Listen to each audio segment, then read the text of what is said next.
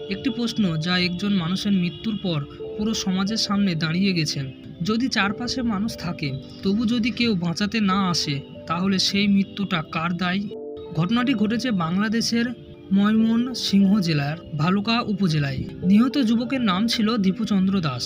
বয়স ছিল আনুমানিক 25 থেকে 27 বছর হবে। পেশায় তিনি ছিলেন একজন গার্মেন্টস শ্রমিক। প্রতিদিনের মতোই সাধারণ একজন মানুষ, যার স্বপ্ন ছিল পরিবারকে একটু ভালো রাখা। ঘটনার দিন সন্ধ্যার পর হঠাৎ করে এলাকায় গুজব ছড়িয়ে পড়ে। দীপুচন্দ্র দাসের বিরুদ্ধে কিছু অভিযোগ তোলা হয়, কিন্তু সেই সময় পর্যন্ত কোনো লিখিত অভিযোগ, কোনো আইনি প্রমাণ কিছুই সামনে আসেনি। তবুও একটু উত্তেজিত জনতা নিজেদের হাতেই তুলে নেয় বিচার। দীপুকে ঘিরে ধরে জনতা।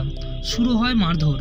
একজন মানুষ রাস্তায় পড়ে যায়, রক্তে ভিজে যায় শরীর। সে সাহায্য চায়, চিৎকার করে, কাঁদে। কেউ এগিয়ে আসে না। কিন্তু চারপাশে শুধু নীরবতা। বরং কিছু মানুষ মোবাইল ফোন বের করে ভিডিও রেকর্ড করতে থাকে। সেই মুহূর্তে মানুষের থেকেও মোবাইল বেশি সক্রিয় ছিল। অতিরিক্ত মারধরের কারণে দীপু গুরুতর আহত হন। কিছু সময়ের মধ্যেই তিনি ঘটনাস্থলেই প্রাণ হারান। একটি তরুণ জীবন এভাবে শেষ হয়ে যায়, কোনো আদালতের রায় ছাড়াই। ঘটনার পর পুলিশ ও র্যাব তদন্ত শুরু করে। পরবর্তীতে প্রশাসনের পক্ষ থেকে জানানো হয়, দীপুচন্দ্র দাসের বিরুদ্ধে ধর্ম অবমাননার অভিযোগের কোনো শক্ত প্রমাণ এখনও পাওয়া যায়নি।